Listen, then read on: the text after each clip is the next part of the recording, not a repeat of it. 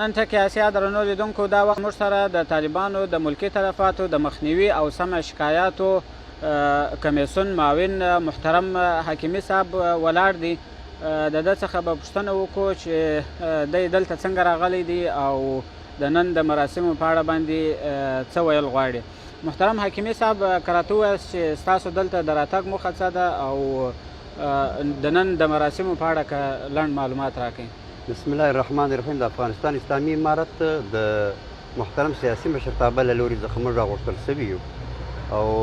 موږ له راتګ سره سم د افغانستان اسلامي امارت له دفتر له طرفه څخه کوم مېلمستون جوړ شوی په هغې کې میشت او د دغه مراسمو چې د افغانستان په تاریخ کې تر ټولو ستره تاریخي ورځ ده، دې کې د ګډون په مخه باندې راغلي یو او د نورو افغانانو ته هم مبارکي وایو او د افغانستان اسلامي امارت ته خصوصا او بلاخص د سیاسي مشرتابه محترم مقام ته ډېر ډېر تبریکي وایو او د دې خوشحالي او د دې بریا د سترې بریا چې زموږ په نظر باندې د جنیو تر تړون هم دا تړون ډېر زیات مهم د افغانستان په تاریخ کې د مبارکي وایو او د دې هیله لرو چې افغانان او افغان ولس به ټول را سره دا خوښۍ په ډېر زیات لوړ سعادت په ډول باندې ولمانځي. حکیمي صاحب، تاسو د اسلامي امارت د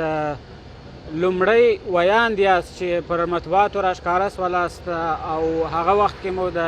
رسنیو سره اړیکې نیولې او بیا تاسو بندیان سولاست. د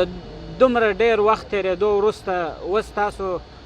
د امریکایانو سره دغه د هغوی د وتلو توافقنامه لاسلیک کوئ. ستاسو احساس څه دی په دې ورځ باندې؟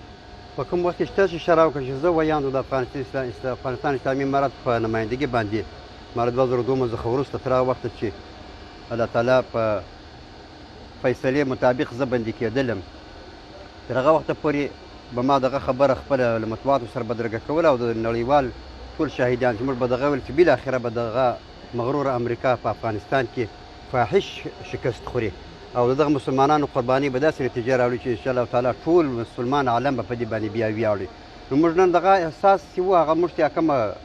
وړاندوینه وه د هغې د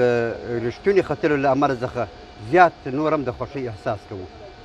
محترم حکیمي صاحب، که د خپل کمیسیون په اړه چې د ملکي تلفاتو د مخنیوي او سمې شکایاتو دی په دې اړه که لنډ معلومات راکړئ. بلې د افغانستان اسلامي امارت د 21 کمیسیونونو په لړۍ کې یو هم د سمې شکایاتو او د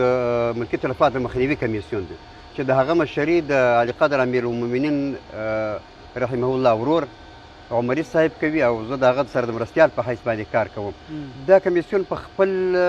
چوکاټ کې د ملکي تلفاتو د مخنیوي لپاره هلې ځلې کوي. ملکي تلفات هر هغه نوع ملکي تلفات موږ تلفات ملکي ګڼو، که په نظامي عملیاتو کې پېښ شوي، مثلا په چاپو کې دښمن په ړندو بمباریو کې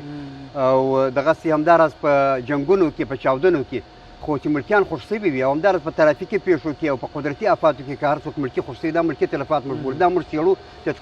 تحقیقوي او له نړیوالو سره هم شریکوو او بیا کلنی راپور موږ دغه او د هغه د تدارک دپاره د هغه د مخنیوي دپاره موږ بېلابېلې لارې